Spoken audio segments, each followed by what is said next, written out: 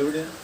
ഏതെങ്കിലും ഒരു class, 1-ാം class മുതൽ 10-ാം ക്ലാസ് വരെ മുഴുവൻ സിലബസും പരിശോധിച്ചത് ഒരു ക്ലാസ്സിൽ സ്വന്തം ശരീരം എങ്ങനെ ശുദ്ധമായി സംരക്ഷിക്കാമെന്ന് പഠിപ്പിക്കുന്നില്ല. ശരീരമാദ്യം ഖലു ധർമ്മസാധന. ഞാൻ പഴയ വിദ്യാഭ്യാസ സമ്പ്രദായത്തിൽ പഠിച്ചത്.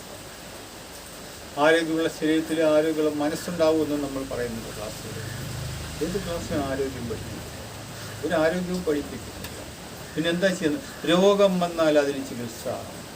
നാളെ രോഗം വരുമെങ്കിൽ ഇന്ന് പ്രതിരോധ കുത്തിവെപ്പ്. 1-ാമത്തെ വയസ്സിൽ അതിനു മുമ്പ് ജനിക്കുമ്പോൾ മുതൽ കുട്ടികളിലേക്ക് മരുന്ന് കുത്തിവെക്കുക, കെമിക്കൽസ്.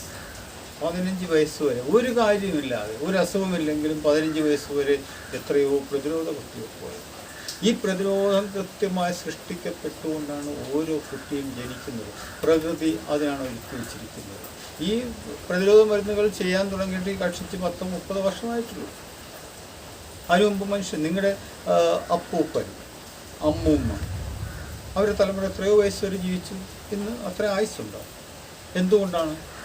ഈ ആരോഗ്യത്തെക്കുറിച്ചല്ല, രോഗങ്ങളെക്കുറിച്ചാണ്, ആശുപത്രികളെക്കുറിച്ചാണ്, മരുന്നിനെക്കുറിച്ചാണ് ആരോഗ്യവകുപ്പ് ചർച്ച ചെയ്യുന്നത്. എന്നിട്ട് അതാണ് ആരോഗ്യം, ആരോഗ്യ സംരക്ഷണം, ആരോഗ്യ ശുശ്രൂഷ എന്നൊക്കെ പറഞ്ഞ് പ്രചരിപ്പിക്കുകയും ശുദ്ധ തട്ടിപ്പാണ്. വേണ്ടതെന്താണ്?